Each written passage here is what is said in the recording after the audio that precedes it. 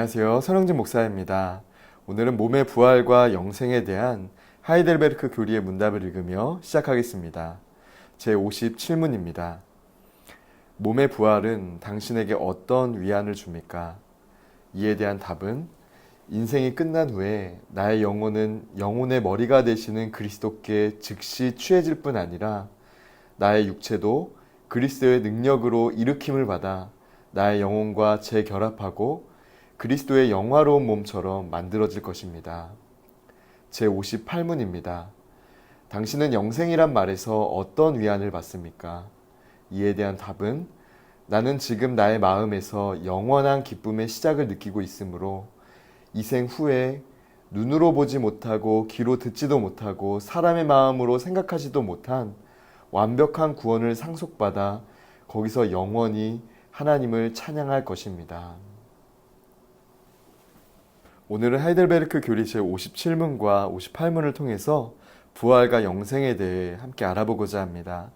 우리 기독교 대학 감리에서는 다음과 같이 신앙 고백을 합니다. 우리는 예수 그리스도의 재림과 심판, 우리 몸의 부활과 영생, 그리고 의의 최후 승리와 영원한 하나님 나라를 믿습니다. 아멘. 오늘 우리는 부활과 영생에 대해서 함께 자세히 살펴보고자 합니다. 먼저 부활이라는 말은 쇠퇴한 것이나 없어진 것이 다시 성하게 일어남을 가리킬 때 쓰는 단어입니다. 그리고 죽었다가 다시 살아남을 가리킬 때도 사용하는 단어이지요.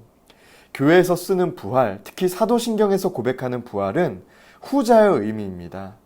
기독교에서 부활은 먼저 십자가에 못 박혀 죽은 예수 그리스도가 죽은 뒤 사흘 만에 다시 살아난 이를 가리킬 때 쓰이는 단어이지만 더 나아가서 그리스도를 믿는 자들도 죽었다가 살아날 것을 말할 때 쓰는 표현입니다.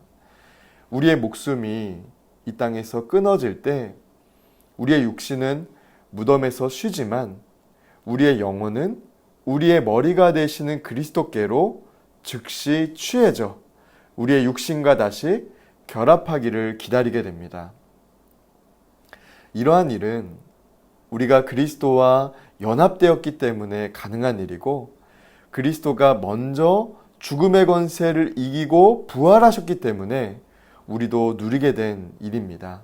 우리의 죽은 육체가 예수 그리스도의 재림 때 그리스도의 능력으로 일으킴을 받아 우리의 영혼과 다시 결합하는데 이때 우리의 육체는 죽기 전의 상태가 아니라 영화로운 상태로 살아나게 됩니다.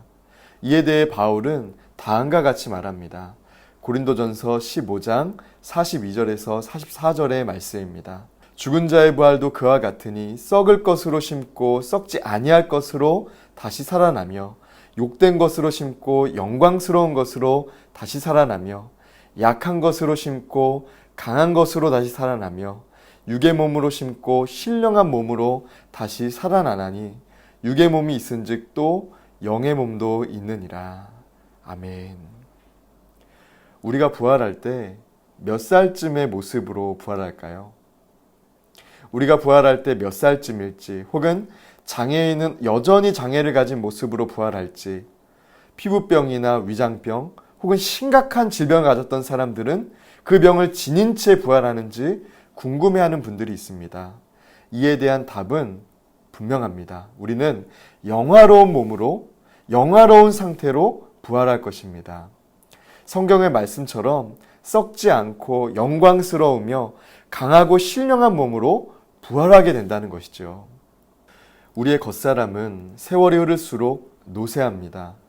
신체 대부분의 기능이 떨어지기까지 하죠.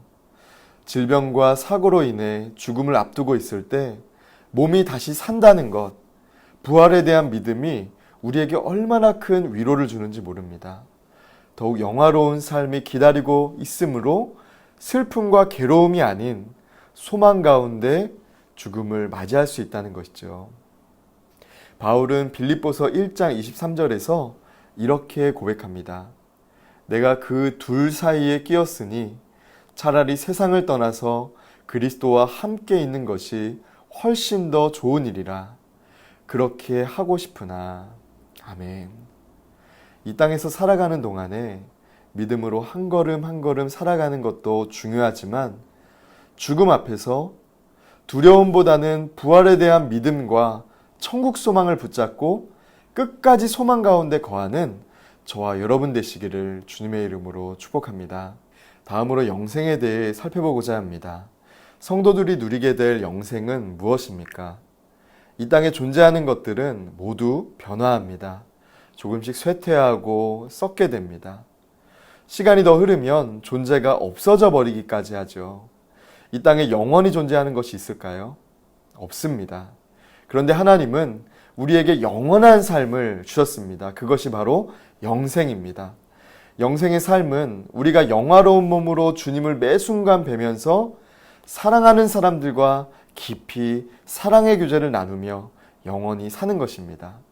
이것만이 수고와 슬픔에 지친 우리가 이 땅에서 살아가게 되는 참된 소망이요 위로라고 할 수 있지요.